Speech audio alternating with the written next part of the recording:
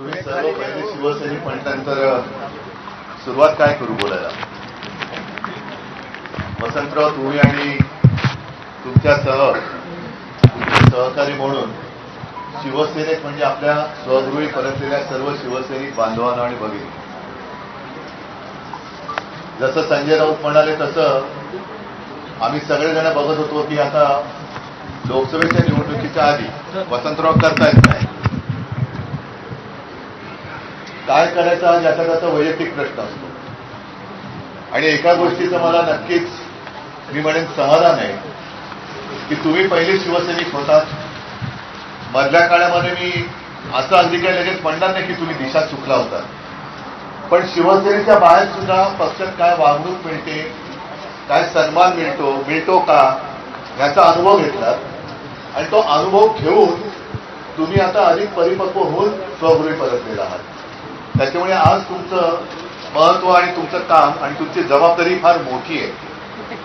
साहजिकच आहे, मी आतमध्ये शिवबंधन तुम्हाला आणि तुमच्या सहकार्याने बांधत असताना काही जण मला म्हणाले की आम्ही सुद्धा पहिले शिवसैनिक होतो. मग आता तुम्हाला सगळ्यांना शिवसैनिक होतात आणि शिवसेना सोडल्याबद्दल शिक्षा तर झाली पाहिजे आणि ती वसंतरावनं पण झाली पाहिजे, हो की नाही? बघा आता सगळे म्हणतात हो शिक्षा झाली पाहिजे, अरे हो की नाही? तुम्हाला पण मिळणार शिक्षा. आणि शिक्षा हीच आहे की पूर्वीपेक्षा कित्येक पटीने मला पुण्यामध्ये शिवसेना वाढवून पाहिजे. ही वाढवण्याची जबाबदारी शिक्षा हा गमतीशीर शब्द आहे, तो तसा येण्या अर्थाने घेऊ नका, पण ही जबाबदारी म्हणून घ्या. कारण जरी पुण्यातनं तुम्ही आला असलात तरी गेल्या कालच्या लोकसभा निवडणुकीने महाराष्ट्राने नाही म्हटलं तरी देशाला एक दिशा दाखवलेली. ही लोकशाही आपली धोक्यात आणली होती, संविधान धोक्यात आणलं होतं. त्या संविधानाचा रक्षक म्हणून शिवरायांचा महाराष्ट्र पुढे सरसावला आणि आपण जे नेहमी म्हणतो की महाराष्ट्र हा देशाला दिशा दाखवत आलेला आहे, ती दिशा महाराष्ट्राने दाखवली. आता ती होती ही लोकशाहीची आणि देशाच्या संविधानाच्या रक्षणाची होती. आताची लढाई जी होणार आहे ती गद्दारी, खोकेबाजी आणि लाचारीच्या विरुद्धची लढाई होणार आहे. महाराष्ट्राच्या अस्तित्वाची लढाई होणार आहे.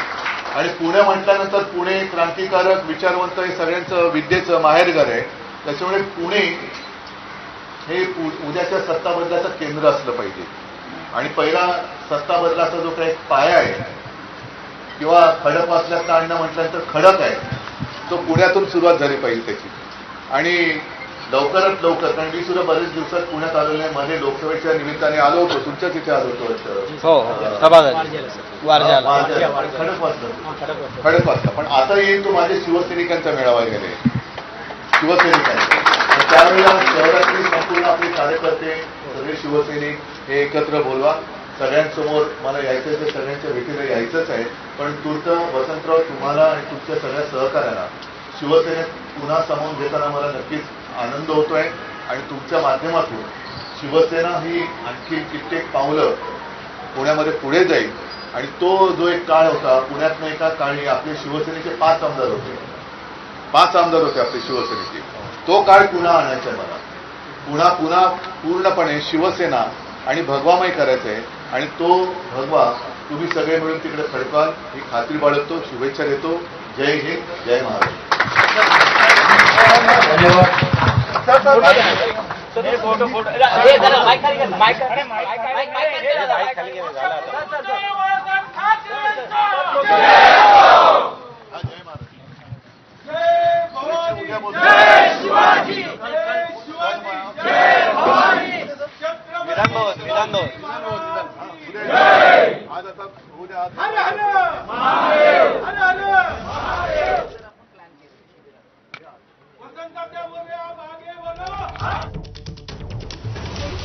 आणि यानंतर आपण पुढची एक महत्त्वाची आणि मोठी बातमी